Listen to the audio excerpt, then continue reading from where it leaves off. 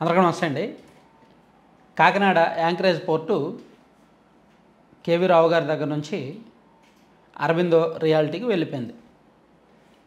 దాదాపుగా ఎంత 2600 కోట్లు ఇవ్వాల్సింది చాలా తక్కువ రేటు ఇచ్చి 1600 కోట్లు ఇవ్వాల్సింది చాలా తక్కువ రేటు ఇచ్చి కాజేశారు, బెదిరించారు, తుపాకీ పెట్టి బెదిరించారు పాయింట్ బ్లాక్లో అని చెప్పి ఆయన కంప్లైంట్ చేశారు. దాని మీద సిఐడి కేసు నమోదు చేసింది.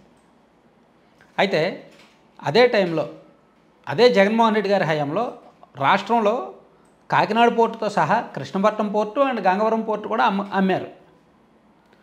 2020 అక్టోబర్ నెలలో అనుకుంటా కృష్ణపట్నం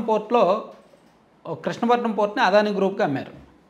అలాగే 2021 మార్చిలోనే ఇదే ఈ కాకినాడ పోర్టు వ్యాపారం జరిగినప్పుడే, డీల్ జరిగినప్పుడే అదే టైంలో గంగవరం పోర్టులో కూడా సింహభాగం అదానీ గ్రూప్కి అమ్మేశారు. దాదాపుగా 3604 కోట్లకి. అప్పటి వరకు డివిఎస్ రాజు గారి చేతిలో ఉన్న పోర్టు అదానీ గారికి వెళ్ళిపోయింది షేర్స్. సో అంటే ఆ 4 నెలల వ్యవధిలో రాష్ట్రంలో ఉన్న 3 కీలకమైన పోర్టులు చేతులు మారాయి. ఒకటి అరబిందోకి వెళ్ళింది, 2 అదానీ గ్రూప్కి వెళ్ళాయి.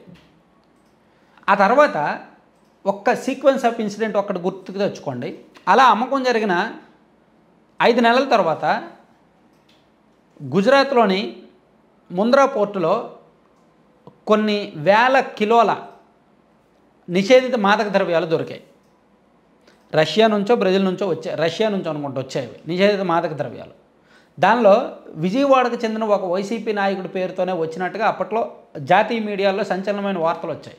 ఒక 3 రోజుల పాటు ఆ వార్తలు వచ్చాయి. ఆ తర్వాత క్లోజ్ అయిపోయినాయి, వార్తలు కూడా రాలా.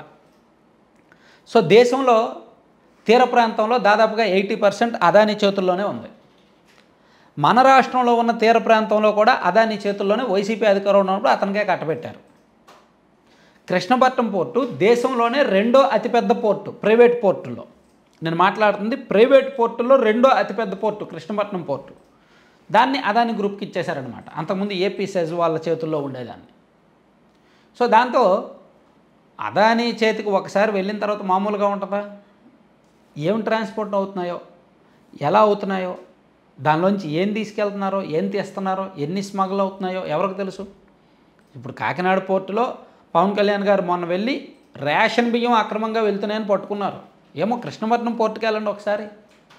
కృష్ణపట్నం పోర్టులో పొగాకు వెళ్తుంది, హ్యాచరీ ఈ ఆక్వా వెళ్తాయి, గ్రానైట్స్ వెళ్తాయి. ఇవి అఫీషియల్గా వెళ్తాయి, అన్అఫీషియల్గా వెళ్తాయి. అలాగే బియ్యం కూడా వెళ్తాయి, అక్కడి నుంచి కూడా బియ్యం వెళ్తాయి. అఫీషియల్గా వెళ్తాయి, అన్అఫీషియల్గా వెళ్తాయి. వీటితో పాటు నిషేధిత మాదక ద్రవ్యాలు అండ్ గంజాయి కూడా వెళ్తుంది. ఇవి పూర్తిగా అన్అఫీషియల్గానే వెళ్తాయి. వీటితో పాటు ఇంకా కొన్ని ట్రాన్స్పోర్టేషన్స్ కూడా జరుగుతాయి. సో ఇక్కడ ఒకటి బయటకు వచ్చింది, బయటకు తెచ్చారు ప్లాన్డ్గా. అక్కడికి వెళ్ళి రైస్ స్కామ్ జరిగిపోతుందని చూపించి ప్రొజెక్ట్ చేసి బ్యాక్ ఎండ్ ఇలా కాకినాడ పోర్టు యాజమాన్య మార్పిడి తర్వాతే ఎక్కువ జరుగుతోంది అని ప్రజలను కన్విన్స్ చేసి దాని మీద సిఐడి కేసు నమోదు చేసి అదంతా బయటకు తీసుకొచ్చారు. సో అదానీ జోలికి మాత్రం వెళ్ళట్లా. సో నిజంగా ప్రభుత్వం ఈ 2 పోర్టుల యాజమాన్య మార్పిడి వెనుక కూడా అసలు అదానీ చేతుల్లో పోర్టులు వెళ్ళిన తర్వాత ఈ పోర్టుల్లో ఏం జరిగింది అనేది కూడా బయటకు తీసుకురాగలిగితే దేశం నివ్వురిపోయే అంశాలు బయటకు వస్తాయి. అసలు అదానీ చేతుల్లో ఉన్న తీర ప్రాంతాల్లో ఏం జరుగుతోంది, ఆ పోర్టుల్లో ఏం జరుగుతోంది అనేది తెలుసుకుంటే దేశవ్యాప్తంగా సంచలనాలు ఉంటాయి. అయితే ఈ సాహసం ఎవ్వరూ చేయలేరు. అదానీ జోన్కి ఎవ్వరూ వెళ్ళలేరు. డైరెక్ట్గా అతను లంచం ఇచ్చాడు అంటేనే లంచం తీసుకున్న వ్యక్తి మీద కేసు నమోదు చేయలేకపోతున్నారు, లంచం ఇచ్చిన వ్యక్తి మీద కేసు నమోదు చేయలేకపోతున్నారు ఈ ప్రభుత్వాలు. కేంద్ర ప్రభుత్వం పట్టించుకోవట్లే, రాష్ట్ర ప్రభుత్వం పట్టించుకోవట్లే. లంచం ఇచ్చాడు, ఈయన తీసుకున్నాడు అంటే మన సిబిఐ ఏం చేస్తుంది, ఈడీ ఏం చేస్తుంది, మన రాష్ట్ర వ్యవస్థలు ఏం చేస్తున్నాయి? సో అది అదానీతో కాబట్టి ఎవరు రెస్పాండ్ అవ్వరు, కేంద్ర రాష్ట్ర ప్రభుత్వాలు ఏవి రెస్పాండ్ అవ్వవు. సో ఇప్పుడు పోర్టుల విషయంలో కూడా అంతే.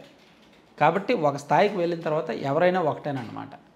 2020 వైసీపీ అధికారంలోకి వచ్చిన తర్వాత 2019లో వైసీపీ అధికారంలోకి వచ్చిన తర్వాత రాష్ట్రాన్ని జగన్మోహన్ రెడ్డి గారు ఎవరికి అనుకుంటూ వాళ్ళకి ఇచ్చారు.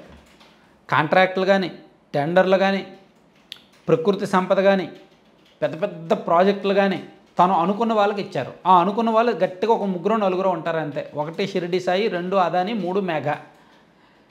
వీళ్ళు ముగ్గురికి ఎక్కువ సింహభాగం. ప్రతిదీ షిరిడి సాయికే. ట్రాన్స్ఫార్మర్ల తయారీ, ట్రాన్స్ఫార్మర్ల సరఫరా వాళ్ళకే, స్మార్ట్ మీటర్లు వాళ్ళకే, ఎక్కడ ఏ ప్రాజెక్ట్ అయినా విద్యుత్ ప్రాజెక్టు వాళ్ళకే. వాళ్ళదే ఇండోసోల్ ఒకటి ఉంది, గ్రీన్కో మరొకరిది ఉంది. గ్రీన్కో అంటే ఈ కాకినాడ అనిల్ వాళ్ళది.